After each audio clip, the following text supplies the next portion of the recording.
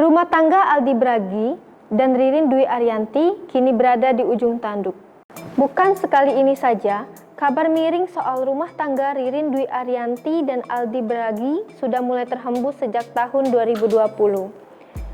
Dari beberapa kali gelagat aneh yang dilakukan oleh keduanya, banyak netizen yang menduga rumah tangga Ririn Dwi Ariyanti dan Aldi Bragi tidak dalam keadaan baik-baik saja.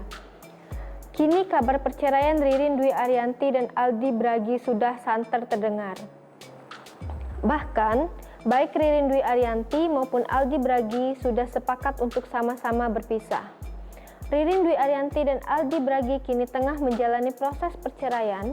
Sidang perdana mereka digelar kemarin, Kamis 16 September 2021, namun tak ada yang hadir.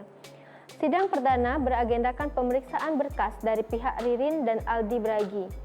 Hingga kini, konflik penyebab perceraian keduanya masih ditutupi keduanya.